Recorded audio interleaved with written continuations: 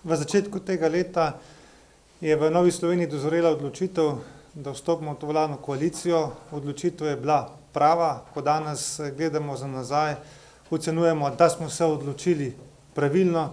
Ne znamo si predstavljati, kakšna bi bila Slovenija, če bi v tistih okoliščinah odšli na volilno kampanjo, namesto dobili operativno vlado.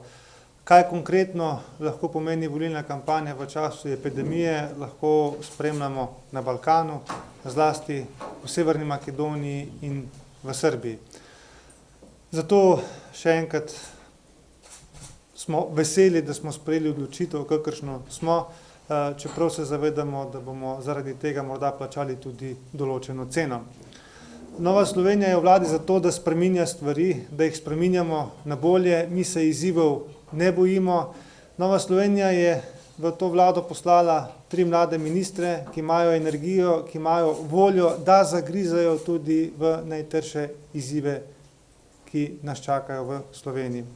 Ministrska ekipa Nove Slovenije se težkih izzivov ne boji. Vsakdo izmed nas odpira stvari, ki so stale že več kot desetletje.